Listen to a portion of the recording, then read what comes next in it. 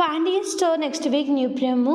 செந்திலுக்கு முதல் மாதம் சம்பளம் வரப்போகுதுன்ட்டு பயங்கர எக்ஸைட்டிங்கில் இருக்காங்க. நம்மளுக்கு முதல் மாதம் சம்பளம் வந்தது, இதை பண்ணணும் அதை பண்ணணுன்ட்டு அவங்களுடைய ஆசைகள் கனவுகள் இது எல்லாமே ஒரு டைரியில் எழுதி வச்சுருப்பாங்க.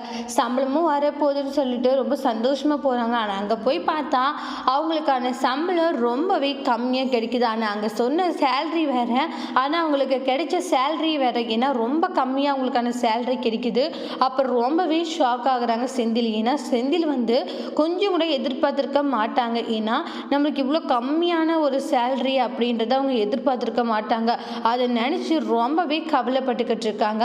அதுக்கப்புறம் என்ன இது இவ்வளோ கம்மியாக இருக்குது சார், நீங்கள் ஒர்க்குக்கு ஜாயின் பண்ணும்போது சேல்ரி நீங்கள் வேறு மாதிரி சொன்னீங்க, ஆனால் இப்போ பார்த்தா சேல்ரி கம்மியாக இருக்குது சார், என்ன சார் நடக்குதுங்கன்றாங்க. இங்கே பாருப்பா, நான் தெளிவாக தான் கொடுத்துருக்கேன். ஏன்னா நீ நிறைய நாள் லீவ் எடுத்திருக்க, ஒழுங்காக வேலை செய்யல, அதுக்கான சம்பளத்தை தான் நாங்கள் கம்மி பண்ணியிருக்கோன்றாங்க. சார் நீங்கள் பண்ணிட்டுருக்கிறது ரொம்பவே தப்பு சார், இப்படியெல்லாம் பண்ணாதீங்கன்றாங்க. நான் கரெக்டாக தான் சார் வேலை செஞ்சேன், அது இல்லாத நான் ஒரு 2 நாள் தான் லீவ் எடுத்தேன், அதுக்கு நீங்கள் இந்த அளவுக்கு சம்பளத்தை கம்மி பண்ணுவீங்களா சார், இதெல்லாம் ரொம்ப தப்புன்றாங்க. எனக்கான சம்பளத்தை கொடுங்க அப்படின்னு பிரச்சனை பண்ணுறாங்க. அதோட இந்த எபிசோட் முடிச்சிருக்கு.